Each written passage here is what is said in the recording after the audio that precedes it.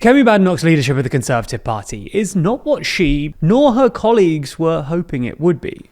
She presided over a poll drop from an already record low baseline at the general election last year. She allowed Reform to overtake the Conservatives as the dominant party of the right, and she's failed to capture the attention of the media. To contrast this, Robert Jenrick, a former leadership candidate and current Shadow Justice Minister, has drawn a lot of attention for himself, being a very vocal critic of the Labour government, and managed to garner a lot of media attention. He's now seen by much of the press as Badenoch's direct successor, and questions have been asked perpetually over the last few months about when, rather than if, her leadership could be ended and Jenrick subbed in. So in this video, we're going to have a look at Badenoch's leadership, how she declined in the polls, and when Jenrick could mount a leadership challenge.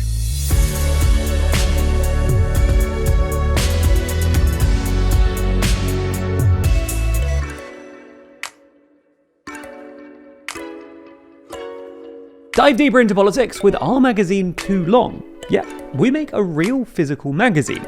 In the latest issue, we discuss if Starmer just has no vision for Britain, if Farage could become Prime Minister, and ask if we're observing the end of the American order. Find out more by clicking the link in the description.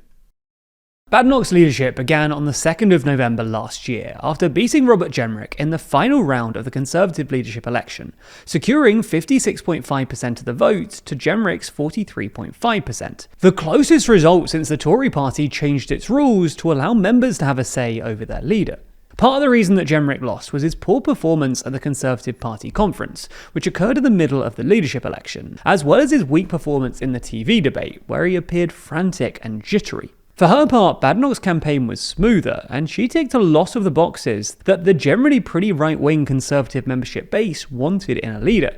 She was demonstrably right-wing, seemed to be able to sell that to the public, and was clear that she wanted to drag the party away from the leadership mistakes of the past.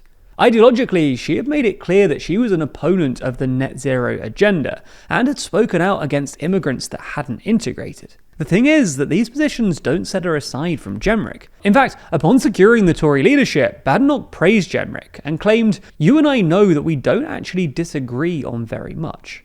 And even more than that, there are indications even then that Badenoch might not have made the better Tory leader.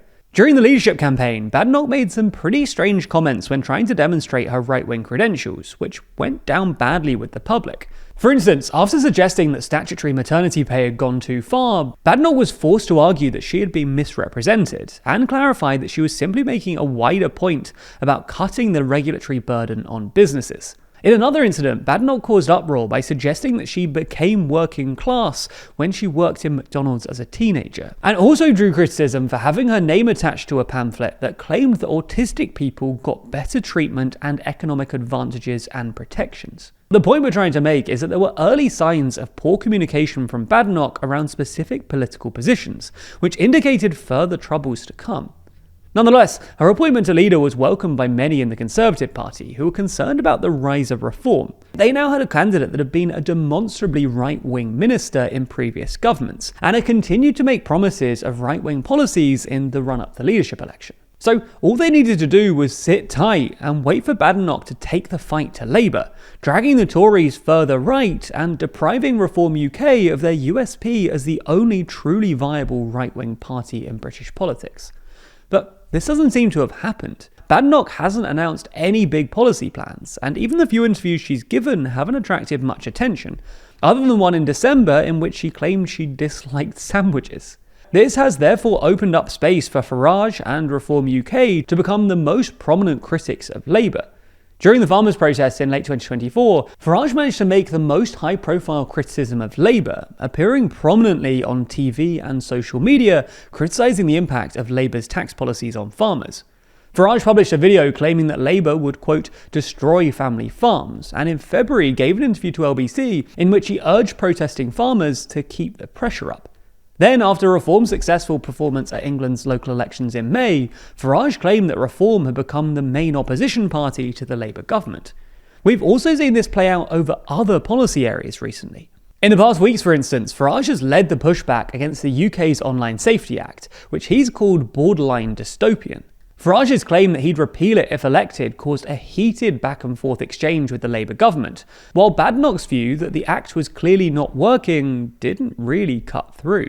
Not only are Reform acting more like the opposition than the Conservatives are, but Labour are also starting to treat them as such. So in the last few months, there's been talk on the right of British politics that Badenoch may have been the wrong choice for the Conservatives.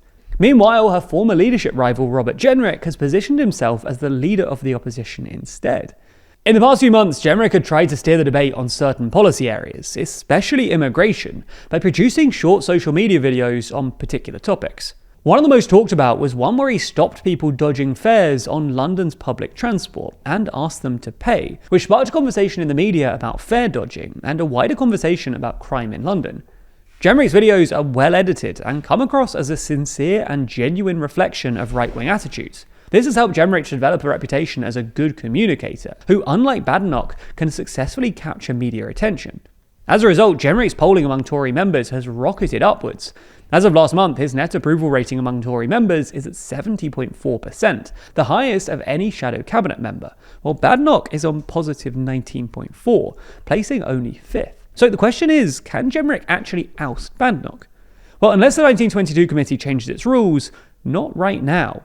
Any new leader has a 12-month immunity period from the leadership election, which for Badenoch will expire on November 2nd. But after this, if 15% of sitting Tory MPs, i.e. 18 of them, send in letters of no confidence, another leadership election would be triggered, providing Jenrick a path to topple Badenoch. And given the Tory membership polling at the moment, it looks like our election could go very differently from last year's. It's safe to say that if you're interested in topics such as these, then you're also really passionate about challenging yourself through online learning. And while we're here to help you with that, our sponsor this week, Brilliant, are experts at pushing your learning to the next level. That's because Brilliant is an incredibly thorough learning platform, designed to be uniquely effective in how you build skills every day. Their vast library of topics, from science to AI, all feature a perfect mix of engaging problems, competitive features, and daily encouragement that keeps you motivated and on track. And Brilliant helps you to build your critical thinking skills through problem solving, not just memorizing. So while you're building real knowledge on specific topics, you're also becoming a better thinker. For example, if you're looking to build your mathematical intuition, Brilliant is the best place to go. Their newly updated maths course focuses on the most useful, applicable maths concepts, so you never feel like you're wasting your time. You'll start at the perfect level and work your way up through interactive challenges that bring abstract concepts to life. Whether you're at home or on the go, you can level up your math skills wherever you are. To start your learning journey and try Brilliant for free, visit brilliant.org/TLDR, scan the QR code on screen, or click the link in the description. By doing so, you'll get 20% off an annual premium subscription, and they'll know that you came from us, which really helps us out.